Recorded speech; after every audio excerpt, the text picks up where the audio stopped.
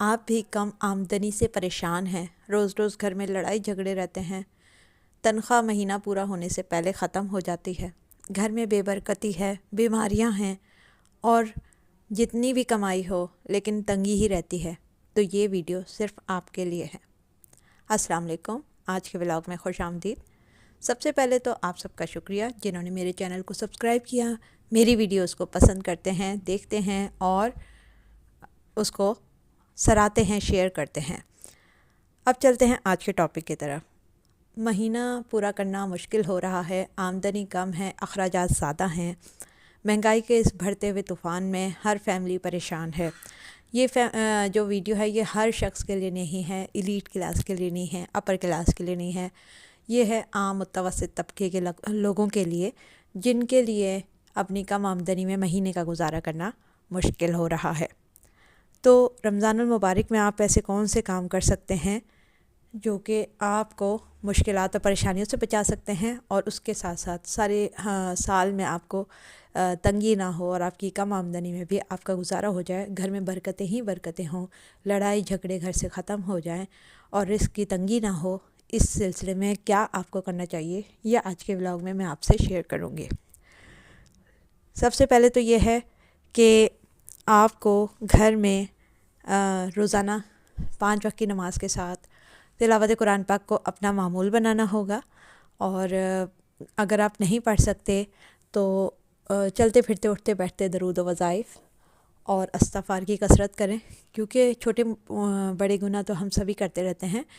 ہرگز میرا مقصد کسی کو گناہ گار کہنا نہیں ہے، لیکن ہر انسان سے دن میں بے شمار گناہ ہو جاتے ہیں۔ نماز دیر سے پڑھنا، قرآن پاک کو نہ پڑھنا، صحیح تلفظ سے نہ پڑھنا، ٹی وی دیکھ لینا، موبائل یوز کر لینا، میوزک سن لینا، چھوٹے موٹے جھوٹ بول لینا یا غلط بیانی سے کام لے لینا، اور کئی دفعہ ہم نعمتوں کی ناشکری کر رہے ہوتے ہیں، ہمیں پتہ نہیں ہوتا، تو یہ ساری باتیں گناہوں کے زمرے میں آتی ہیں۔ ہم غیبت کر جاتے ہیں، ہمیں پتہ نہیں چلتا، ہم کسی کے بھی بارے میں کوئی بری بات کہہ دیتے ہیں، کسی کی دل آزاری کر دیتے ہیں، ہمیں پتہ نہیں چلتا، تو یہ سب جو چیزیں ہیں یہ ہمیں گناہ گار کر دیتی ہیں، اور ان کی گناہوں کی نحوست جو ہے ہمارے جانے انجانے میں ہمارے گھر میں جو خوشیاں ہیں ان کو غارت کر دیتی ہیں۔ تو سب سے پہلے آپ لوگوں نے سورہ واقعہ کا مغرب کے بعد پڑھنا اپنا معمول بنا لینا ہے، کیونکہ جن گھروں میں سورہ واقعہ پڑھی جاتی ہے وہاں کبھی فاقہ نہیں آتا، یہ بزرگان دین کا قول ہے۔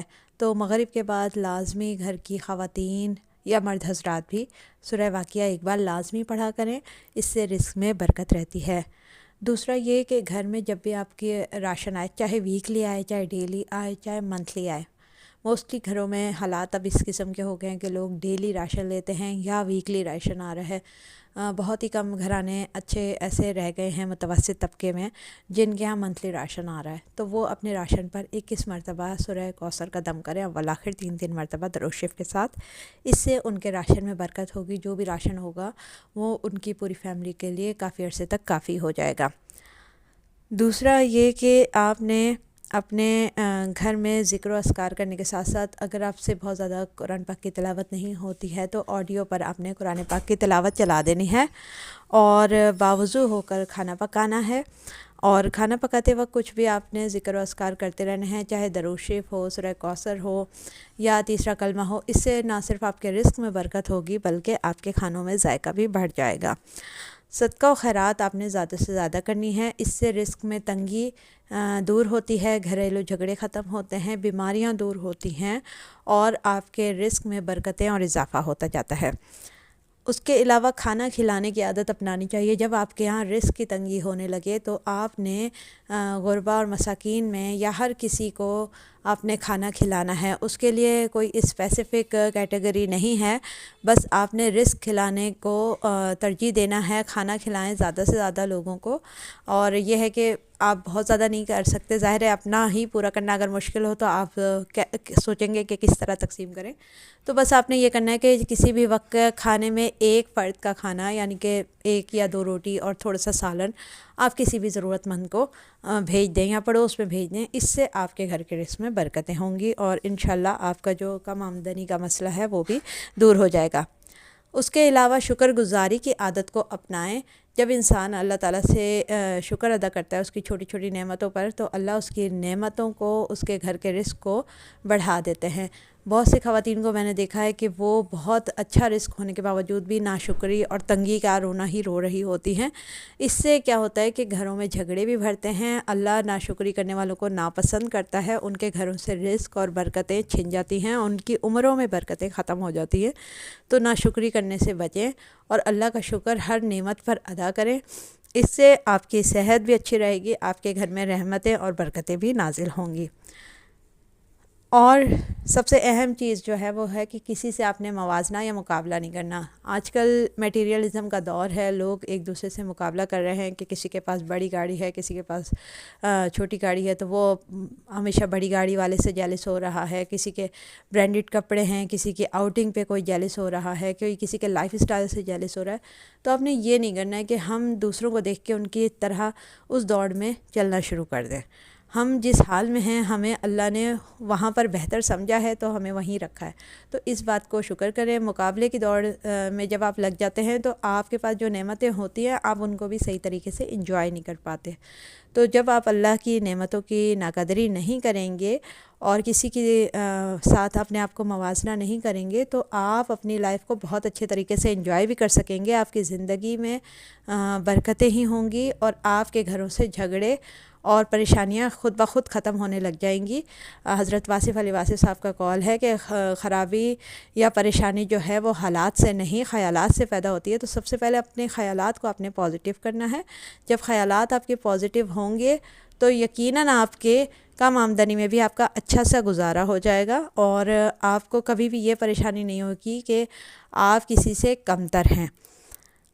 اور سب سے آخری بات یہ کہ گھروں میں جھگڑے نہ کریں آمدنی کے پیچھے۔ اس سے یہ ہوتا ہے کہ جو اللہ تعالیٰ نے رزق جس کے نصیب میں جتنا لکھ دیا ہے وہ اس کو اتنا ہی ملنا ہے۔